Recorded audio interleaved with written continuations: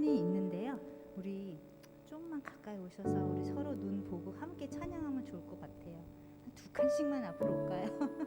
정해드릴게.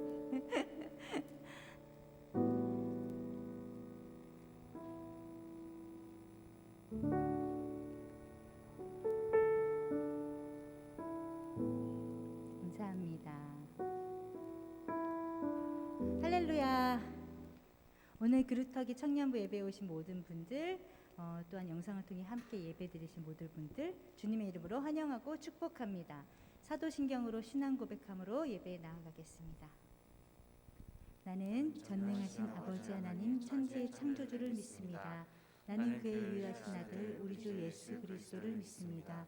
그는 성령으로 잉태되어 동정녀 마리아에게서 나시고 본디오 빌라도에게 고난을 받아 십자가에 못 박혀 죽으시고 장사된 지 사흘 만에 죽은 자 가운데서 다시 살아나셨으며 하늘에 오르시어 전능하신 아버지 하나님 우편에 앉아 계시다가 거기로부터 살아있는 자와 죽은 자를 심판하러 오십니다.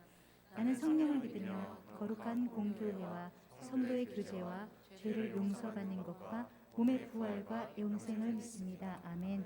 이 시간 우리 다 함께 일어나셔서 영광스러운 주님을 찬양하며 나아갑니다.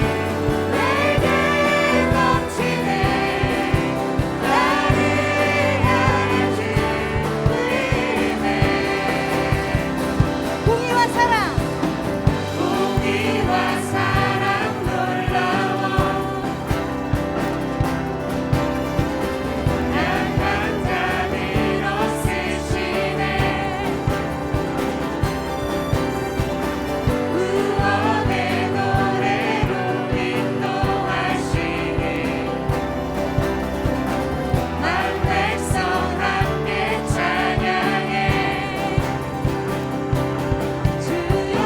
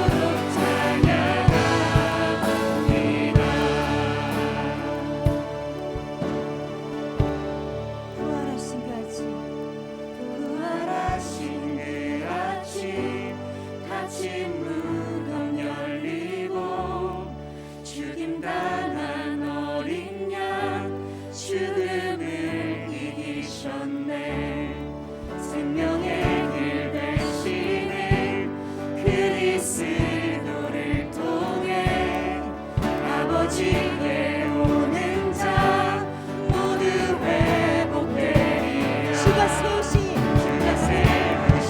교회 성령이 이끄시네. 영원한 주의 복이 무너지지 않으리.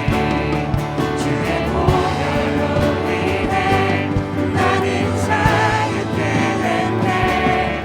예수의 사랑을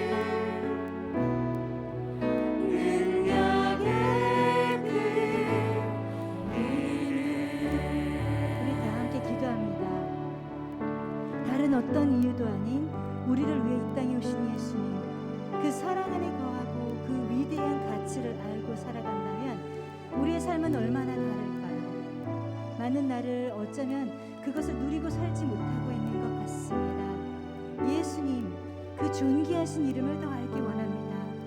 우리의 가난한 마음을 더 기뻐 받으시는 주님께 우리 모든 마음이 더욱 주님께 향하여 우리가 예배드릴 수 있게 하여 달라고 기도하며 나아가겠습니다.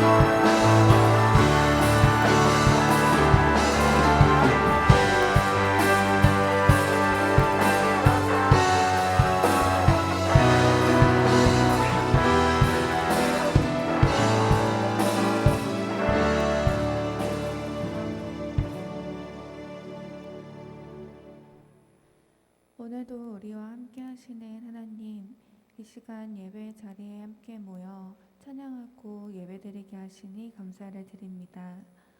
우리가 바라고 원하는 모든 일들이 주님이 원하시고 기뻐하시는 일이길 바라면서도 한없이 부족한 모습으로 살았던 지난 한 주를 회개합니다.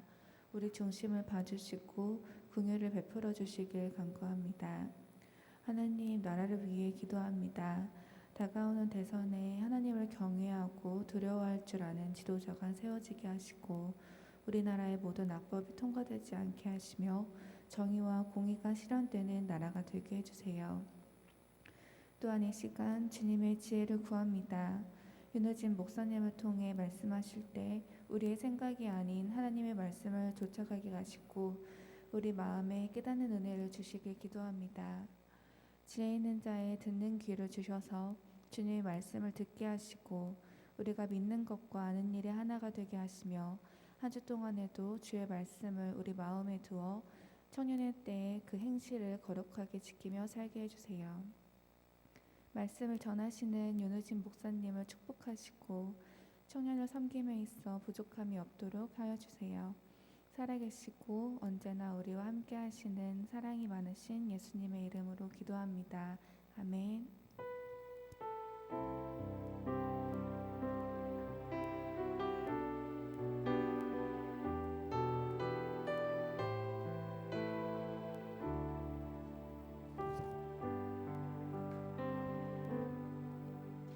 모두 자리에 앉겠습니다. 그루터기 소식 함께 나누도록 하겠습니다. 가지고 계신 주보를 참고해 주시기 바랍니다. 오늘 예배에 오신 여러분들을 주님의 이름으로 환영합니다. 2022 겨울 수련회를 위한 설문조사를 진행 중에 있습니다. 오늘 오후 5시에 마감이고요. 단톡방에 있는 링크를 잘 확인해 주셔서 우리 회장님께서 계속 간곡하게 설문 참여를 좀 부탁하고 계시는데 오늘 예배 후에 아직 안 하신 분들은 예배 후에 설문을 진행해 주시기 바랍니다. 제자 양육 5기와 제자 훈련 1기생을 모집하고 있습니다. 신청 기간과 진행 기간 또 신청 방법과 진행 방식을 잘 확인해 주시고 지난주부터 드렸던 주보 사이에 있는 간지의 내용들을 확인해 주셔서 윤우진 목사님께 카톡으로 신청을 해 주시면 되시겠습니다. 양육과 제자훈련의 수업 진행은 제가 합니다. 말씀과 기도와 찬양이 있는 자유로운 은혜의 시간을 계속해서 갖고 있습니다. 매주 금요일이고요. 저녁 8시에 우리 영광교회 4층에 있는 두드림 홀에서 은혜의 시간 갖고 있습니다.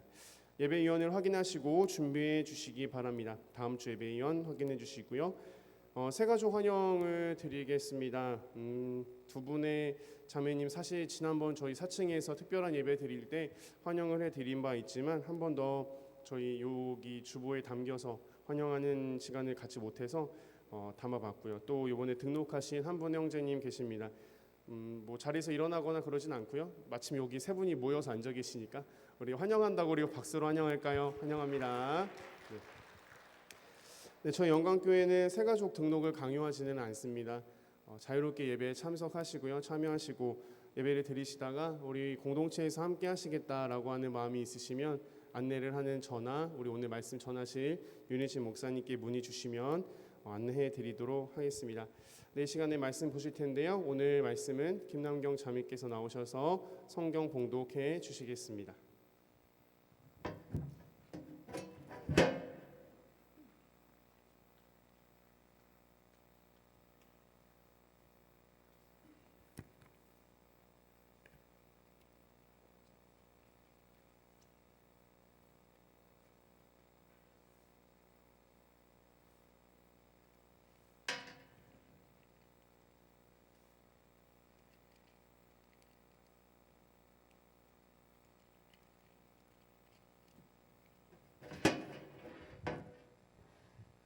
출애굽기 3장 9절에서 12절 말씀입니다.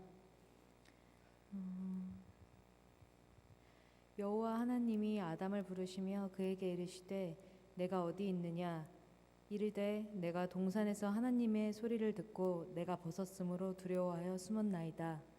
이르시되 누가 너의 벗었음을 내게 알렸느냐 내가 내게 먹지 말라 명한 그 나무 열매를 내가 먹었느냐. 아담이 이르되 하나님이 주셔서 나와 함께 있게 하신 여자 그가 그 나무 열매를 내게 주므로 내가 먹었나이다. 아멘.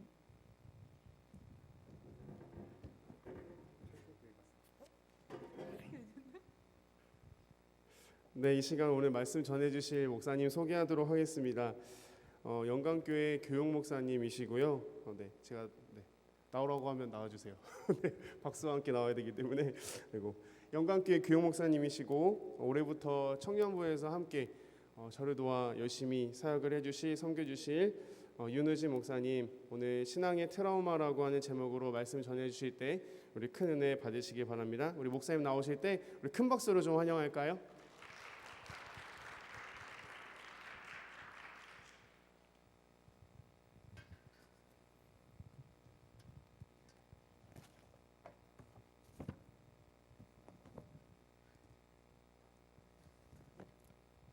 보는데 살짝 낮추겠습니다.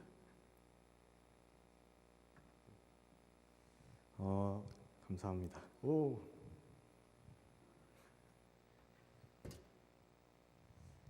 잠시 기도하고 제가 말씀 전하도록 하겠습니다. 하나님 감사합니다. 오늘 주일 예배 허락하시고 또 부족한 종에게 하나님 말씀 전할 수 있는 기회 허락해 주심에 감사를 드립니다.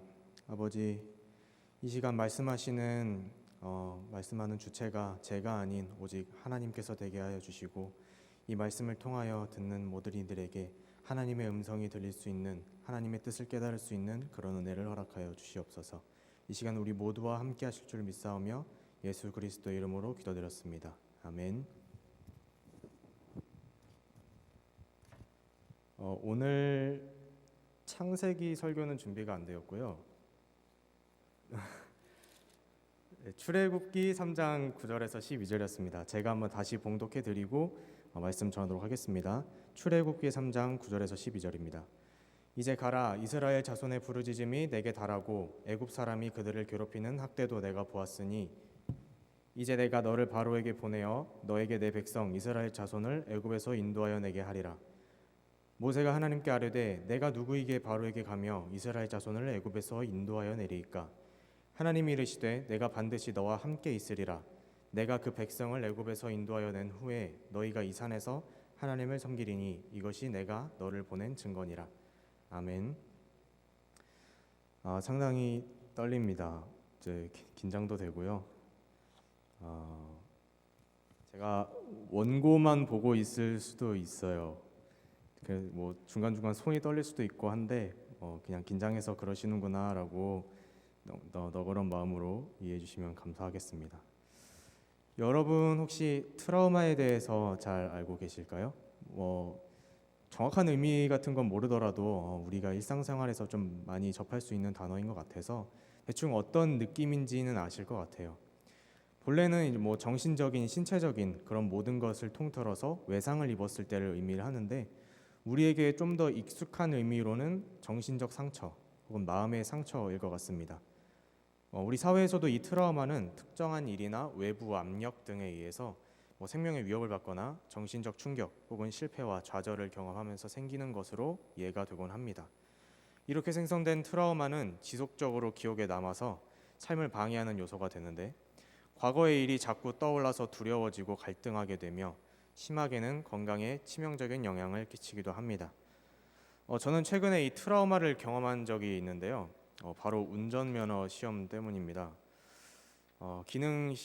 운전면허 합격하신 면허증 있으신 분들은 다들 아시겠지만, 기능 시험을 합격을 하고 이제 실제 도로에 나가서 운전을 하는 시험이 있는데, 그 도로 주행 시험에서 저는 3번이나 떨어졌습니다.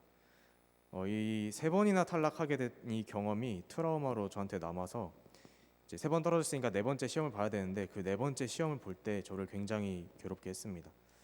단순히 점수가 모자라서 탈락한 게 아니고 신호 위반, 속도 위반, 정지선 침범 등의 실격 사유로 제대로 된 코스를 다 돌아보지도 못한 채 실격 처리가 되어서 상당히 낙심이 많이 되었습니다. 처음 실격했을 때는 그래도 나름대로 웃음으로 승화시킨다고 긍정적으로 생각한다고 이렇게 웃어 넘겼는데, 3번째 딱 떨어지니까 그때는 웃음이 안 나고 온갖 자괴감이랑 두려움이랑 짜증이 몰려오는 것을 느낄 수가 있었습니다. 그래도 다행히 4번째는 합격을 하여서 면허를 취득할 수 있었고요. 이런 식으로 트라우마라는 게 우리 삶 속에서 정말 어렵지 않게 찾아볼 수 있는 것 같습니다. 그리고 자연스럽게 우리가 신앙생활을 하다 보면 역시 트라우마가 생기곤 합니다. 신앙이라는 큰 틀의 주제 안에서 겪게 되는 다양한 실패와 좌절, 그리고 상처들이 신앙의 트라우마로 남아서 그리스도인들을 괴롭힐 수 있습니다. 오늘 우리는 본문에 등장하는 모세를 통해서 신앙의 트라우마라는 것이 언제 생기고 싶고 우리의 신앙생활에 어떤 영향을 끼치는지, 그리고 어떻게 극복할 수 있는지를 함께 알아보기 원하는데, 모세가 신앙은 둘째치고 모세한테 트라우마가 있었나라는 걸 생각할 수 있을 것 같아요. 이거는 제가 본문을 좀 많이 묵상을 하면서 좀 느끼게 되는 건데, 함께 조금 알아보도록 하겠습니다. 우리가 함께 본문을 통해서 알아볼 첫째는 바로 신앙의 트라우마가 잘 해보려고 할 때 생기기 쉽다는 것입니다. 사실 오늘 다루기 위한 본문은 3장이 앞선 2장 11절에서 15절과 3장 9절에서부터 4장 17절까지 이런 좀 방대한 분량인데, 이것들을 좀 세세하게 살펴보기보다는 잠깐 언급을 할 거예요. 특별히 모세가 갖고 있는 신앙의 트라우마는 출애굽기 2장에서 찾아볼 수 있습니다. 제 방송실에 잠깐 부탁을 해놨었는데, 출애굽기 2장 11절에서 14절을 함께 읽어보도록 하겠습니다. 출애굽기 2장 11절에서 14절입니다. 자, 함께 읽을게요. 시작. 모세가 장성한 후에 한 번은 자기 형제들에게 나가서 그들이 고되게 노동하는 것을 보더니 어떤 애굽 사람이 한 히브리 사람 곧 자기 형제를 치는 것을 본지라. 좌우를 살펴 사람이 없음을 보고 그 애굽 사람을 쳐 죽여 모래 속에 감추니라. 이튿날 다시 나가니 두 히브리 사람이 서로 싸우는지라. 그 잘못한 사람에게 이르되 내가 어찌하여 동포를 치느냐 하매 그가 이르되 누가 너를 우리로 다스리는 자와 재판관으로 삼았느냐. 내가 애굽 사람을 죽인 것처럼 나도 죽이려느냐.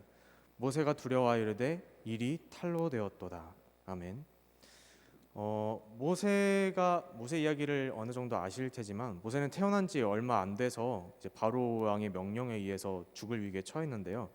이때 이제 어머니가 나일 강가에 버려두고 그거를 이제 누나가 쫓아가면서 바로의 딸이 그 모세를 발견하고 누나가 재치 있게 대답을 해서 결국에는 모세는 자기 친어머니한테 양육을 받게 되었습니다. 이에 그가 애굽의 왕자로 교육을 받고 자랐음에도 어머니로부터 이스라엘 자손으로서의 정체성과 하나님을 믿는 신앙을 이어받을 수 있었습니다. 우리가 함께 본 11절에서 모세는 자신의 동족이었던 히브리 사람 곧 이스라엘 자손이 애굽 사람한테 학대받는 것을 보고 그 사람을 죽이게 됩니다. 모세의 이런 행위를 두고 신약 성경의 히브리서 11장 24절에서 25절에서는 믿음으로 모세는 장성하여 바로의 공주의 아들이라 칭함을 거절하고 도리어 하나님의 백성과 함께 고난받기를 잠시 죄악의 낙을 누리는 것보다 더 좋아하고라고 말하였습니다. 모세는 애굽의 고위층 사람으로 놀릴 수 있는 것이 모든 것이 가지고 있었음에도 자신의 정체성이 당시 노예로 고통받던 이스라엘 사람들과 같다는 것을 잊지 않았습니다. 그리고 자신의 동족이 고통받는 것을 보자 그들을 돕고 싶은 마음이 있었고 그들을 구원해주고 싶은 정의의 마음이 불타올랐습니다. 정의감에 불타오른 모세가 철저하게 주변을 잘 살피고 사람이 없는 것을 딱 확인하고 난 후에 애굽 사람을 죽여서 모래 속에 파묻었습니다. 그리고 이튿날에 또 나가서 봤는데 이제 같은 동족끼리 히브리 사람 둘이 싸우고 있는 것을 보니까 마음이 너무 안타까웠겠죠. 당장 노예로 취급받고 억압받고 있는데 그 억압받고 있는 자기들끼리 싸우고 있는 걸 보니까 모세가 정말 마음이 안쓰러워서 아마 중재를 하게 됩니다. 하지만 이 모세의 중재를 히브리 사람들은 거절을 하죠. 누가 너보고 우리 재판해달라 그랬니?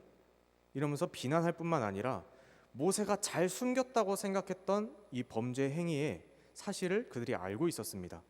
그리고 이 사실이 결국 바로에게까지 알려졌고 애굽 사람 전체가 모세를 죽이려고 하는 그런 상황에 놓이게 됩니다. 결국 모세는 미디안 땅으로 도망을 가게 되고 거기서 떠돌이 생활을 하게 되죠.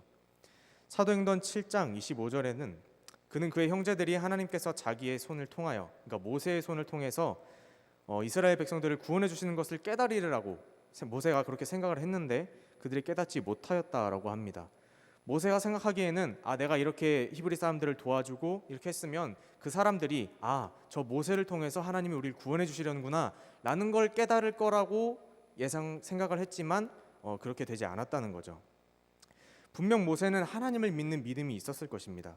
그 믿음을 가지고 동족들을 위한 행동을 하였던 것입니다. 그런데 그것이 생각대로 잘 이루어지지 않았다는 거죠.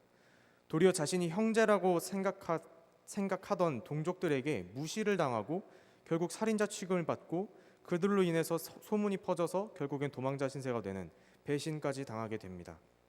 하루아침에 인생이 무너졌고 기꺼이 함께 고통받으리라 생각했던 그런 동포들에게 버림받았습니다. 그의 앞에 펼쳐진 막막한 광야 생활은 그를 정말 낙담하게 만들었기에 충분했을 것입니다. 비록 모세가 믿음을 가지고 행동을 하기는 했으나 성경을 살펴보면은 하나님의 뜻을 구하였다거나 하나님과 기도했다거나 하나님이 오케이 사인을 주셨다거나 그런 말씀은 나와 있지 않아요. 하나님의 뜻을 제대로 묻고 행동한 것은 아니었던 것입니다. 물론 이 모든 일련의 과정들이 하나님의 섭리 안에서 이루어졌을 수 있겠지만 자신의 생각과 자신의 감정, 지금 당장 내 안에 지금 생겨나고 있는 이 울분, 그것이 먼저인 모세는 충분히 하나님의 뜻을 기다리거나 구하거나 하지 않은 채 좌우에 사람이 있나 없나만 살피고 행동에 옮겼던 것입니다. 그리고 이 일을 계기로 큰 실패를 경험하게 되고 주변 사람들과 사이로부터 마음의 상처와 신체적 위협을 받게 되었습니다. 이렇듯 우리가 신앙의 삶을 살아가는 도중에 무언가 잘 해보려고 할 때, 이럴 때가 바로 신앙의 트라우마가 생기기 가장 쉬운 때입니다. 물론 여러 가지 이유들이 더 있을 수도 있겠지만 내가 뭔가 잘해봐야지, 하나님 앞에서 잘해봐야지 할 때가 가장 무너지기 쉽다는 거죠. 수련회 끝나고 며칠 뒤가 가장 적절한 사례가 아닐까 생각이 듭니다. 당장 은혜 잔뜩 받아서 나 성실히 살아야지, 매일매일 성경 읽고 매일매일 기도해야지, 하나님과 동행하며 살아야지 이렇게 했는데 며칠 뒤에 결국엔 과거와 똑같은 내 모습을 볼 때, 그리고 그 수련회가 한 번, 두 번, 세 번, 1년이 되고 몇 년이 되고 쌓일 때 그런 내 모습들을 계속해서 보고 난 또 실패하고 또 실패하고 또 실패하는 이런 여러 가지 모습들을 볼 때 결국엔 그것이 트라우마로 나와서 난 안 되나 보다, 하나님 앞에서 난 안 되는 사람인가 보다라는 생각을 하게 된다는 것입니다. 하나님 앞에서 믿음으로, 정의감으로, 자신감으로 행한 일이 좋은 결과로 이어지면 정말 좋겠는데 자칫 실패로 이어지거나 커다란 재앙을 불러오는 결과로 이어진다면 모세와 같이 그만큼 트라우마로 남는 일이 될 수 있습니다. 더욱이 그 일이 모세처럼 순간적인 의욕이나 내 감정에 의해서 시작된 것이라면 트라우마가 이어질 가능성은 더 높을 수 있습니다. 그렇다면 이렇게 모종의 이유로 생겨난 신앙의 트라우마가 우리에게 과연 어떤 영향을 끼칠까요? 우리가 본문을 통해서 함께 살펴볼 두 번째 주제는 바로 신앙의 트라우마가 하나님께서 주신 사명을 감당하지 못하도록 방해한다는 것입니다. 이어지는 출애굽기 3장에서는 미디안 땅으로 도망을 와서 40년 동안 살던 모세가 이제 호렙산이라는 곳에서 하나님을 만나 이제 하나님이 모세한테 이스라엘 백성들을 출애굽시키라는 명령을 하고 있습니다. 오늘 본문인 9장 9절에서 12절을 보면 하나님이 이제 출애굽 인도를 명령을 하시고 모세가 그에 반응하는 장면이 나옵니다. 그리고 이 대화가 4장 17절까지 이어지는데요. 모세는 하나님의 명령 앞에 그렇게 쉽사리 순종을 하지 못했습니다. 3장 11절에 내가 누구이기에 바로에게 가며 이스라엘 자손을 애굽에서 인도하여 내리까. 13절에 내가 이스라엘 자손에게 가서 이르기를 너희의 조상의 하나님이 나를 너희에게 보내셨다 하면 그들이 내게 묻기를 그의 이름이 무엇이냐 하리니 내가 무엇이라고 그들에게 말하리이까. 이어지는 4장 1절에 그러나 그들이 나를 믿지 아니하며 내 말을 듣지 아니하고 이르기를 여호와께서 내게 나타나지 아니하셨다 하리이다. 10절에 오 주여 나는 본래 말을 잘하지 못하는 자니이다. 주께서 주의 종에게 명령하신 후에도 역시 그러하니 나는 입이 뻣뻣하고 혀가 둔한 자니이다. 마지막으로 13절에 오 주여 보낼 만한 자를 보내소서. 이 5번의 모세가 하는 대답들을 보면 애굽으로 다시 돌아가서 바로를 설득하고 이스라엘 백성들을 이끌고 나오라라는 그 사명이 모세에게 얼마나 큰 부담이 됐고 하기 싫은 일이었는지 짐작할 수 있습니다. 그에게는 말 그대로 트라우마가 작용했을 것입니다. 40년이 지나긴 했지만 40년 전에 자기가 큰맘 먹고 다짐해서 믿음으로 행한 일이 실패하고 인생이 송두리째 바뀌었던 기억이 아마 모세에게 떠올랐을 것입니다. 하루아침에 모든 것을 잃고 40년 동안 광야를 떠돌면서 살았는데 그러면서 자존감도 많이 떨어졌을 것이고 나는 왕자였는데 갑자기 떠돌이가 되니까 얼마나 그 마음에 심리적으로 위축되었을지 모릅니다. 그런 모세에게 뜬금없이 40년 만에 하나님이 나타나서 다시 믿음을 가지고 다시 그 애굽으로 돌아가서 다시 너가 배신당한 그 동족을 위해서 일을 하라고 하시니까 모세가 얼마나 당혹스러웠을까요? 그리고 그때 일을 떠올리면서 얼마나 괴로움에 사로잡혔을까요? 살펴보았던 것처럼 내가 누구이기에 제가 뭔데요? 라는 이 말에 겸손함이 나타났을 수 있었지만 이 말에는 망설임 없이 행동에 나섰던 40년 전에 비해서는 한없이 낮아지고 망설이는 그의 모세의 행동을 볼 수 있습니다. 하나님의 이름을 구하는 장면이 있죠. 하나님의 이름 뭐라고 할까요? 라고 말하는 장면에서는 과거의 동족들한테 들었던 누가 너를 우리를 다스리는 자와 재판관으로 삼았느냐라는 말이 떠오릅니다. 애굽의 왕자로 지냈던 모세는 억압받고 핍박받던 이스라엘 자손들에게 신임을 얻을 수가 없었던 것입니다. 너는 그렇게 잘 살고 왕족으로 있고 모든 거 다 누리고 있는데 고통받는 우리를 누가 널 우리 지도자로 세웠냐 이렇게 말할 수 있는 거죠. 하물며 그로부터 40년이 지난 지금 모세가 갑자기 뜬금없이 나타나서 그들을 인도하려고 해도 당연히 그들은 신뢰받지 못할 것이 자명합니다. 따라서 모세는 이스라엘 자손들이 자신을 절대 믿지 않을 것이라는 강한 우려와 함께 그들에게 내가 뭔가 말을 하려면 하나님의 확실한 이름, 너네가 믿는 하나님이 보내서 왔다라는 그 믿음, 그 증명이 필요하다고 요구한 것입니다. 이에 하나님께서는 3장 18절에 이름도 알려주시고 3장 18절에 아니야 그들이 너가 하는 말을 들을 거야 라고 말씀을 해주셨지만 모세는 그래도 절대 그들은 저를 믿지 않을 것입니다 라고 항변합니다. 동족에게 버림받았던 트라우마가 상당히 컸던 모양이죠. 3장 후반부를 읽어보시면 아시겠지만 하나님의 이름도 나오고 앞으로 하나님이 어떻게 모세를 통해서 출애굽을 시켜주시고 진행하실 건지 설명을 자세히 해주십니다. 그런 설명을 다 들었는데도 불구하고 이스라엘 백성들은 자신을 믿지 않을 것이다 라는 두려움에서 모세는 벗어나지 못하는 거죠. 오 주여 나는 본래 말을 잘하지 못하는 자니이다. 모세의 망설임은 이제 이스라엘 백성들을 떠나서 자신의 능력을 탓하게 됩니다. 하나님은 내가 내 입과 함께 있어서 할 말을 가르치리라 이렇게 말씀해 주시면서 모세가 자기는 말을 잘 못해요. 전 말을 잘 못해요 하니까 걱정하지 마. 내가 뭐라고 말해야 되는지 너한테 다 알려줄 거야 라고 말씀하셨는데 두려움과 갈등으로 인해서 이미 고뇌를 하고 있던 모세는 결국에는 끝에 가서 오 주여 보낼 만한 자를 보내소서라고 말합니다. 이것은 하나님께서 지금까지 해주신 말씀들에 대한 거부이자 불순종의 자세를 한번 드러내는 것이고 자기 말고 다른 사람을 통해서 출애굽 진행하시라고 요구한 것입니다. 모세의 절박함이 조금 느껴지시나요? 단순히 출애굽이라는 사명이 가벼운 일은 아니죠. 출애굽이라는 사명이 엄중하고 한 민족의 지도자가 되는 일이 그만큼 큰 책임감을 필요로 하는 거라서 그래서 모세가 5번이나 망설이고 하나님께 반문한 것은 아닌 것 같습니다. 성경에 이렇게까지 많이 긴 분량을 할애하면서 하나님의 명령 한 가지를 거부하는 일도 이렇게 찾아보기 쉽지 않을 거예요. 모세에게 있어서는 애굽으로 돌아가서 이스라엘 민족을 위해 힘쓰는 것이 자기의 트라우마를 자극할 정도로 괴롭고 고통스럽고 어려운 일이었다는 것입니다. 40년 전에 생긴 트라우마가 하나님께서 명령하신 출애굽의 사명을 감당하는 데 가장 큰 걸림돌이 되고 있었던 것입니다. 이것은 비단 모세만 겪은 문제는 아닐 것 같아요. 오늘날 우리도 신앙과 관련된 실패와 상처와 그런 과거의 경험이 트라우마가 되어서 하나님이 이제 우리에게 너 이제 이걸 해라, 하나님을 위해서 이걸 해라 라고 사명을 주시는데 그 사명을 감당하는데 주님 전 안 됩니다. 전 못해요. 전 능력이 없습니다. 저 말고 다른 사람 시키세요 라고 방해가 되는 것입니다. 이렇게 신앙의 트라우마가 우리의 사명 감당을 방해하고 또 하나님의 말씀에 불순종하게까지 만드는 그런 문제가 이어지는데, 그렇다면 이 신앙의 트라우마를 어떻게 우리가 극복하고 하나님 말씀에 순종을 해서 사명을 감당하는 길까지 나아갈 수 있을까요? 그 해답은 바로 이어지는 세 번째 주제에 있는데, 세 번째 주제는 바로 신앙의 트라우마는 하나님이 함께해 주실 때만 극복할 수 있다는 것입니다. 모세가 트라우마로 인해서 갈등하며 괴로워할 때마다 하나님께서는 그를 위로해 주시고 힘을 주셨습니다. 자존감이 떨어져 있는 모세가 제가 대체 뭐길래 그런 일을 할 수 있겠습니까? 라고 하고 있는데, 그런 대답을 들은 하나님께서는 12절에 내가 반드시 너와 함께 있으리라 라고 약속해 주셨습니다.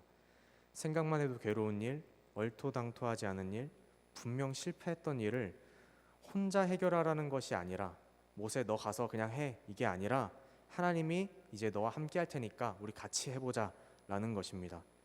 그러나 그럼에도 불구하고 자신을 믿지 않던 히브리인들을 떠올리며 하나님의 이름을 물어보는 모세에게 하나님께서는 친히 나는 스스로 있는 자니라 라고 이름을 알려주시면서 인격적인 교제까지, 만남까지 허락해 주셨습니다. 그리고 22절까지의 말씀을 통해 이스라엘의 출애굽에 대한 구체적인 계획과 앞으로 전개될 상황들을 미리 알려주시고, 결코 모세 혼자서 이 모든 일을 감당하게 내버려두지 않고 여호와 하나님이 함께 하시겠다라는 의지를 내비치는 것입니다. 함께 해주시겠다는 약속과 하나님의 이름, 그리고 앞으로의 계획들까지 모두 듣고도 그럼에도 불구하고 두려움에 사무쳐 있는 모세에게 하나님은 기적을 체험하게 해주십니다. 4장 2절에서 9절까지 나와 있는데, 여기에 보면 모세의 지팡이가 뱀으로 변했다가 다시 지팡이로 변하고, 옷 속에 손을 넣었다가 빼면 병이 생겼다가 병이 없어지기도 하고, 이런 거를 이스라엘 백성들에게 보여주라고 하지만 혹시라도 그들이 믿지 않았을 것을 대비해 나일강을 퍼서 땅에 부으면 피가 될 것이다 라는 기적까지 준비를 해주십니다. 그럼에도 불구하고 모세는 자신의 부족한 능력 때문에 못하겠다고 계속하죠.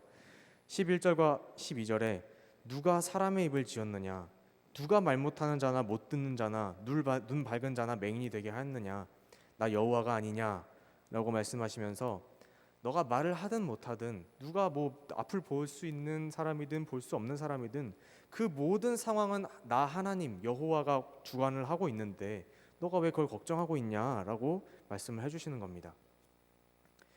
그리고 모세를 위해서 아까 앞에서도 말씀을 드렸지만 내가 네 입과 함께 있어서 할 말을 다 가르쳐 줄 거다라고 말씀해 주심으로 모세의 걱정을 하나님의 도우심으로 덮어주시고 극복하게 해주실 것이라는 의지를 드러내고 계십니다. 하지만 모세가 계속 이 사명을 거부를 하고 불순종을 하고 계속해서 이 극복될 의지가 보이지 않자 하나님께서는 끝에는 결국에 모세에게 화를 내십니다. 14절에 나와 있는 장면인데요. 하나님께서 모세에게 노하셨다라는 장면이 나와 있습니다. 이 노하심이라는 말은 정말로 하나님께서 모세한테 화를 내셨다는 얘기입니다. 그런데 이 모세를 향한 하나님의 노하심에는 그냥 너 하지 마, 됐어, 너 필요 없어, 가, 이게 아니고 끝까지 그를 포기하지 않고 하나님의 위대한 계획의 일꾼으로 쓰시고자 하는 무한한 인내가 포함되어 있는 것입니다. 모세로 하여금 트라우마로부터 도망치도록 그냥 내버려두는 게 아니고 그 문제에서 직면해서 극복을 하고 하나님의 사명을 감당하기까지 인내하고 기다리시며 모세와 계속해서 함께 해주시는 그런 하나님의 모습을 볼 수 있는 것입니다. 게다가 하나님은 모세를 위해서 그 형 아론을 협력자로 제시하셨습니다.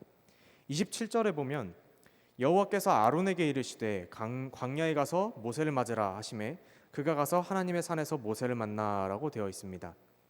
그 앞에 모세가 계속해서 저는 말 잘 못해요 하니까 하나님이 말 잘하는 네 형 아론이 있지 아니하냐 라면서 아론한테 뭐 이렇게 해라, 아론이랑 잘 해봐라 하는데 그냥 단순히 그냥 아론이랑 잘해 이게 아니고 하나님은 아론한테까지 말씀하셔서 미리 모세를 만나러 가라라고 말씀해 주신 겁니다.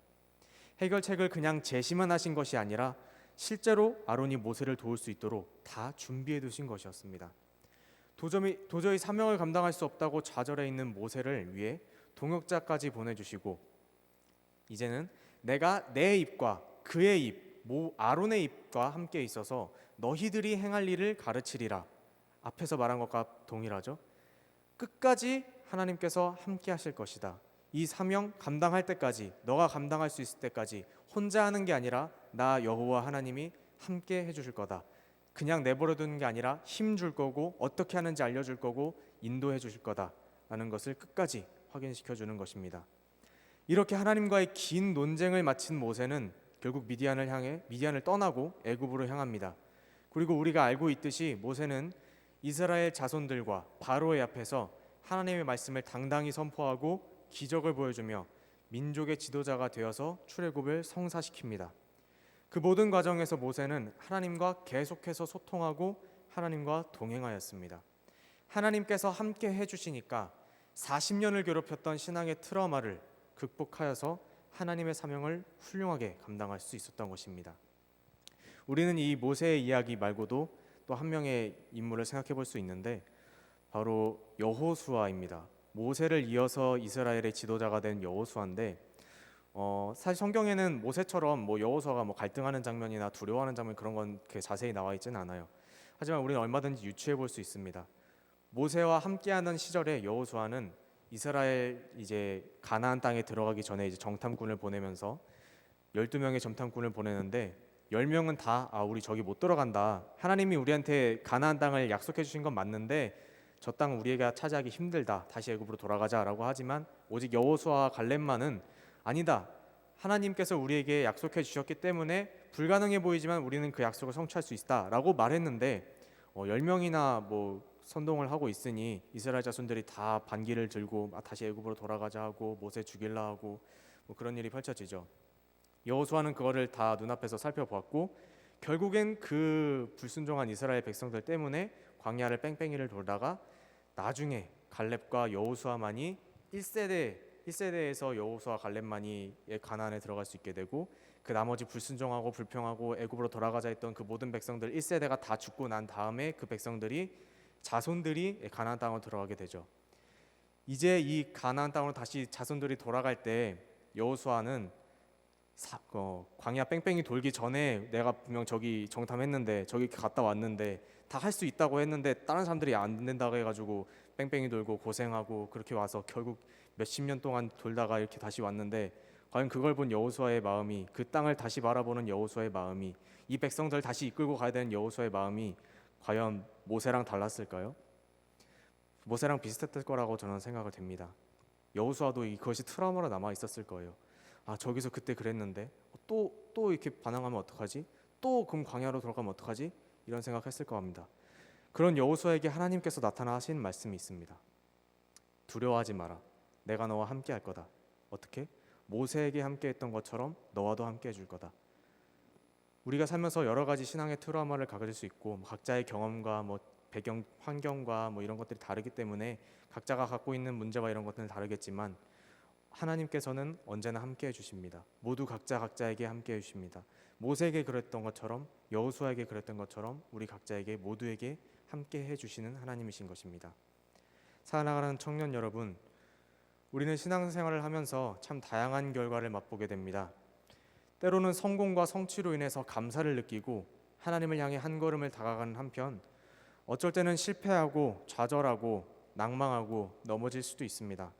특히 무언가 내가 제대로 해보려고 마음을 다잡고 다짐해서 행동으로 옮길 때가 그렇습니다. 모세가 그랬던 것처럼 나름 믿음을 가지고 한 건데 같은 신앙의 형제라고 믿었던 동족을 돕겠다고 내가 누리고 있던 거 다 버리고 한 건데 그건 돌아온 결과가 동족의 멸시와 배신. 애굽 사람들로부터의 생명의 위협, 이런 경험들이 신앙의 트라우마로 남아서 우리를 괴롭히게 됩니다. 말씀 묵상과 기도의 경건 생활을 지속적으로 해보려고 하지만 언제나 실패하는 내 모습, 전도를 할 때 무시를 당하거나 가까운 관계였던 사람과 문제가 생겼을 때 하나님을 기쁘시게 해드린다고 했는데 도리어 안 좋은 결과가 나타나고 나아가서 상처를 받는다든지 그런 여러 가지 다양한 신앙의 트라우마들이 우리의 신앙 성장을 방해하고 하나님께서 우리에게 주시는 축복과 사명 감당을 못하게 합니다. 모세가 그랬던 것처럼 내가 대단한 사람이라고, 내가 어떻게 하나님의 일을 감당하겠어, 난 또 하나님 앞에서 넘어지고 부끄러운 모습이 될 거니까 자존감이 떨어지고 비관적으로 생각하게 되고 사람들이 날 믿지 않을 거야 라고 믿음이 떨어지게 되고 신뢰가 떨어지게 되고 주변 사람들과 하나님에 대한 불신이 생기고 난 못해, 난 아무것도 못하고 저것도 못하고 차라리 다른 사람이 했으면 좋겠다, 불신이 나 자신에게 향하고 자책을 하며 사명을 거부하기에 이르릅니다. 하지만 여러분, 우리가 분명히 기억해야 할 것은 모세가 신앙의 트라우마로 인해서 고뇌하고 괴로워하고 두려워할 때마다 그의 곁을 떠나지 아니하시는 하나님이십니다. 모세는 그 신앙의 트라우마를 갖고 끝까지 간 게 아닙니다. 모세는 그 신앙의 트라우마 때문에 전 못하겠어요 하고 미디안 땅에서 죽은 게 아닙니다. 분명히 하나님께서 함께 하심을 믿고 하나님과 함께함으로 인해서 하나님의 능력을 통해서 애굽으로 돌아갔고 그 트라우마에 정면으로 맞섰으며 하나님의 사명을 훌륭히 감당했습니다. 하나님께서 사명을 주실 때는 결코 너 알아서 잘해 이런 식으로 툭 던져주시지 않습니다. 하나님은 분명히 내가 반드시 너와 함께 있으리라 라고 말씀하십니다. 그리고 말씀만 그렇게 하시는 게 아니고 하나님의 뜻과 계획을 우리로 하여금 깨닫게 해주시고 능력과 힘을 더해 주십니다. 때로는 위로해 주시기도 하고 때로는 다그치시기도 하고 인간의 연약함을 채워주시는 전능한 하나님이시구나 라는 걸 느끼게 해주십니다. 필요하다면 함께 일할 동역자도 붙여주시고 생각지 못했던 묘책도 준비해 주십니다. 그리고 과거의 두려움과 상처를 극복하기까지 그 모든 과정에 하나님께서 함께 해주십니다. 각자가 처한 상황이 다르기에 저마다 갖고 있는 신앙의 트라우마와 종류의 트라우마의 종류와 양, 정도는 다 다를 수 있습니다. 누구는 극복했던 경험이 있을 수도 있고 하지만 누구는 그런 극복한 경험이 없을 수도 있으며 또 앞으로 얼마나 더 트라우마가 생길지는 알 수 없는 노릇입니다. 하지만 중요한 것은 그 어떠한 상황에 있더라도 언제나 우리와 함께 하시는 여호와 하나님이 계시다는 사실입니다. 그 하나님이 어제도 오늘도 내일도 우리의 신음소리를 들으시고 위로하시며 힘을 주고 계십니다. 그리고 그 트라우마를 극복할 수 있도록 도와주시고 기다려주시며 나아가 하나님의 사명을 감당할 수 있도록 이끌어 주십니다. 이러한 사실을 분명히 믿음으로 나아가 언제나 우리와 함께 하시는 하나님의 은혜와 평강을 누리는 모든 청년들 다 되시기를 주님의 이름으로 축원합니다. 이 시간 모두 자리에 일어나셔서 결단하시며 찬양하며 나아가겠습니다.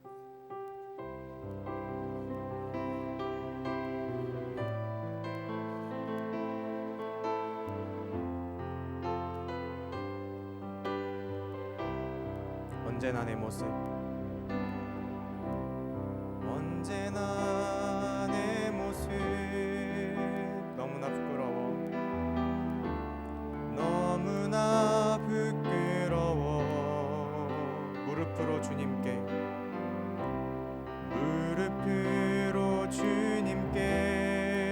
기도로 가오니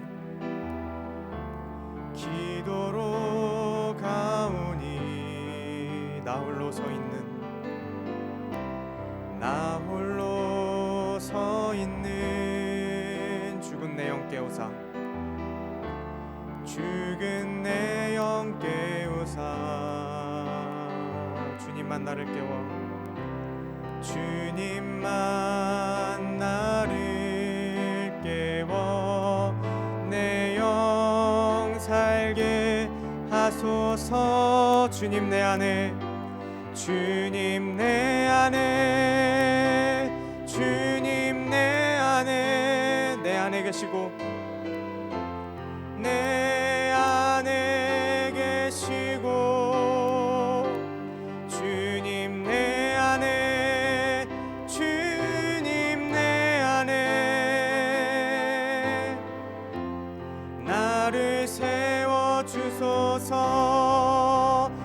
우리 이 시간 함께 기도할 때 특별히 들은 말씀을 생각하면서 하나님 앞에서 열심히 해보려고 했는데 나름 믿음을 가지고 살아보려고 했는데 실패한 적이 없었는지, 이런 경험이 반복돼서 자존감이 떨어지고 다시 하나님께 나아갈 용기가 없어지진 않았는지, 하나님께서 주신 사명이 있는 것 같지만, 하나님께서 뭔가 나에게 말씀하시는 것 같지만 과거의 경험이 떠올라서 두려워서 그 사명을 수행하는 데 있어 어려움을 겪고 있진 않은지, 주님 앞에서 언제나 초라하고 부족한 내 모습을 돌아보며 모세를 만나주시고 능력을 주시고 도와줄 사람을 붙여주시고 계획을 준비하시고 함께해 주셨던 것처럼 하나님 나와 함께해 주시옵소서. 나랑도 만나주시고 나랑도 대화해 주시고 나에게도 하나님의 뜻과 계획을 깨닫게 해주시고 나에게 능력을 주시고 나에게도 도와줄 사람을 만나게 해주시옵소서라고 함께 기도하며 결단하며 나아가시겠습니다. 기도하시겠습니다. 하나님 아버지 감사합니다. 우리에게 말씀을 주시고 모세를 통하여 말씀을 허락하여 주심에 감사를 드립니다. 하나님 아버지 우리에게 허락하셨던 것처럼 우리에게 뭔가 연약한 것들이 존재합니다. 우리의 부족함이 있습니다. 연약한 우리를 너무나 잘 아시는 주님, 나름 주님 앞에서 열심히 해보려고 했는데 믿음대로 산다고 한 건데, 나름 하나님을 기쁘시게 해드리려고 한 건데, 하나님을 사랑하고 주변 사람들 사랑하려고 한 건데 그것이 생각만큼 잘 되지 않아서 그것만큼 실패할 때가 많고 좌절할 때가 많아서 하나님 너무나 힘들고 다정합니다. 하나님 낙담하게 됩니다. 그것이 트라우마나 하나님께서 우리에게 허락하시는 사명 감당이 어렵게 합니다. 하나님 우리를 용서하여 주시옵소서. 우리의 연약함을 덮어주시옵소서. 다짐하고 다짐하지만 무너졌고 회개하고 회개하지만 그럼에도 죄를 짓는 모습에 실망하고 낙담하게 됩니다. 과연 하나님, 내가 하나님 앞에서 나설 자격이 있을까? 하나님께서 맡겨주신 사명 감당할 수 있을까? 난 이렇게 부족하고 나면 안 되는데 하나님께서 알게 해주실 수 있을까? 하나님 그런 모든 걱정과 두려움, 모든 고민들을 하나님 앞에 내려놓사오니 하나님 우리의 기도를 들으시고 하나님 우리의 불안함을 용서하여 주시고 하나님 우리의 부족함을 덮어주시옵소서. 우리의 연약함을 채워주시옵소서. 우리의 기도를 들으시고 우리의 기도 제목을 들으시고 하나님 우리에게 사명을 주실 때 우리가 그것을 감당할 수 있는 능력을 허락하여 주시고 우리에게 도와주시는 손길들을 허락하여 주시며 우리에게 하나님께서 언제나 함께해 주신다는 그 능력을 허락하여 주시옵소서. 하나님 우리를 위로하여 주시고 함께하여 주시옵소서. 우리를 기다려주시는 인내 하나님, 우리의 부족함을 용서해 주시고 당신의 전능하심으로 채워주시옵소서. 하나님께서 함께해 주신다면 그 어떤 과거와 기억들과 그 신앙의 트라우마들을 이겨낼 수 있음을 믿습니다. 하나님께서 함께해 주시면 하나님께서 주시는 담을 감당할 수 있습니다. 우리 함께해 주시옵소서. 하나님 아버지 감사합니다.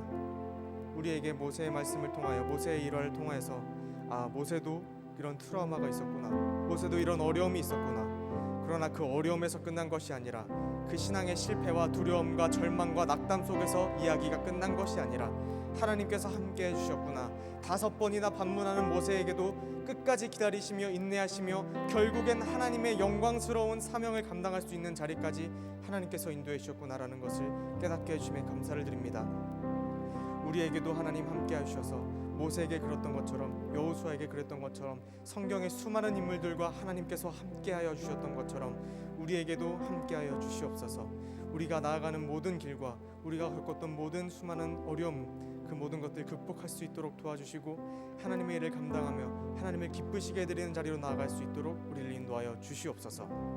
이 모든 말씀 살아계신 예수 그리스도 이름으로 기도드렸습니다. 아멘. 우리 이 시간 다시 한번 찬양하시면서 하나님께 봉헌하시겠습니다.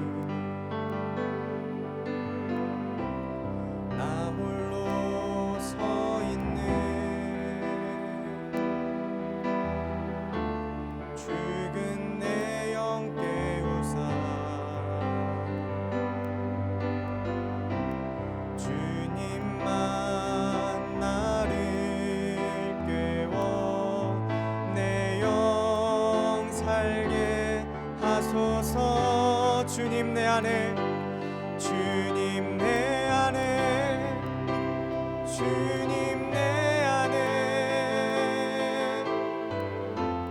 내 안에 계시고 주님 내 안에, 주님 내 안에, 주님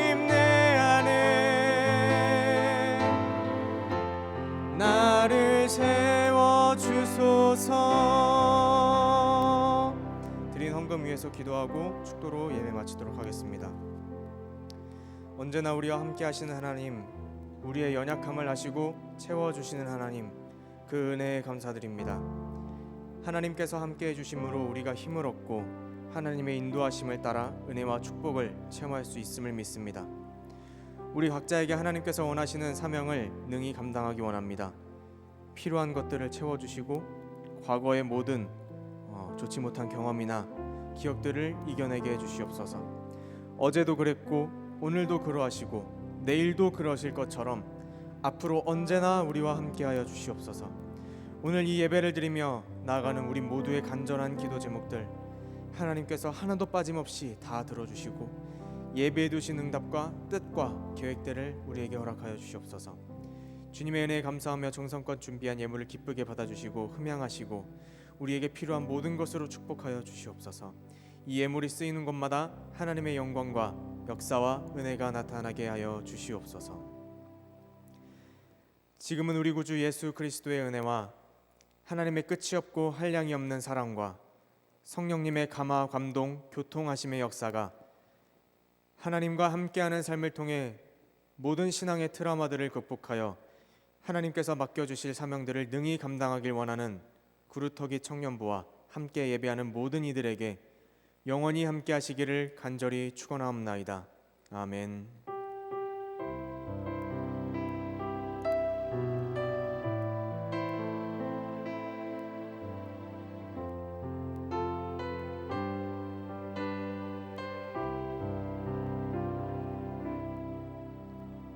예배를 모두 마쳤습니다. 셀 모임 해주시고 또 평안히 돌아가시면 감사하겠습니다.